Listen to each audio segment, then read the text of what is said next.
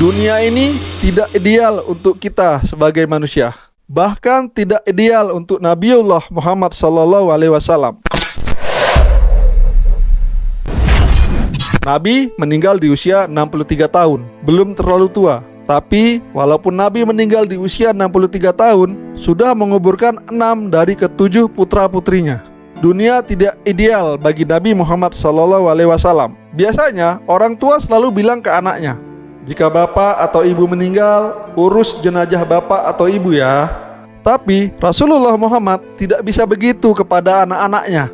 Karena 6 dari 7 anaknya Nabi sendirilah yang menguburkannya, kecuali Sayyidah Fatimah Az-Zahra yang meninggal 6 bulan setelah wafatnya Rasulullah.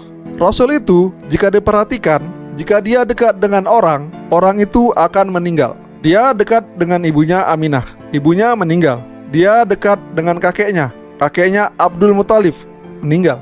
Bahkan saat dia menikah dengan istrinya Ummul Khadijah yang terlebih dahulu meninggal. Dunia tidak ideal untuk Nabi Muhammad SAW. Kamu mau berharap apa dari dunia ini?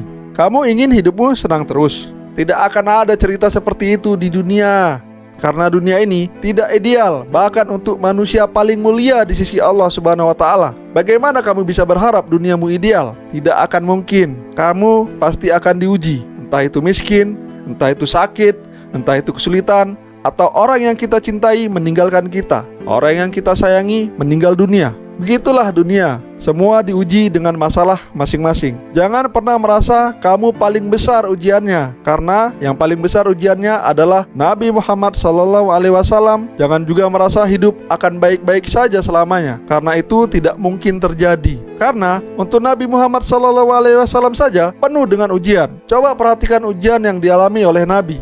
Dari kisah-kisah perjalanan hidup Rasulullah, dia dibenci oleh orang, sampai orang melempari bahkan meludahi Nabi. Pernah dialaminya, diancam dibunuh, dan bahkan diusir dari kota kelahirannya. Padahal dia sudah 53 tahun hidup dan lahir di kota Mekah. Kenapa Nabi mengalami semua ujian berat itu? Karena Allah memang mempersiapkan Nabi Muhammad untuk kita umatnya.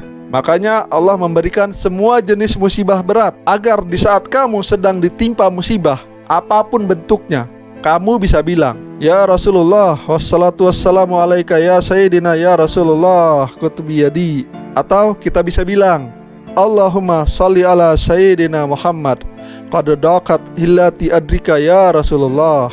Salawat dan salam terkhusus untukmu, wahai Rasulullah. Telah buntu jalanku, tak tahu lagi harus bagaimana. Tolong selamatkan aku dengan syafaatmu, wahai Rasul. Dan saat itu Nabi menjadi satu-satunya orang yang berkata kepadamu, aku mengerti perasaanmu, sebab aku pernah mengalami bahkan yang lebih berat darimu. Jadi, kenapa Nabi diberi ujian seberat itu dalam hidupnya? Karena rahmat Allah kepada kita umatnya Rasul, agar kita umatnya tidak pernah merasa sendirian menghadapi apapun ujian yang terjadi dalam kehidupan. Sallallahu alaihi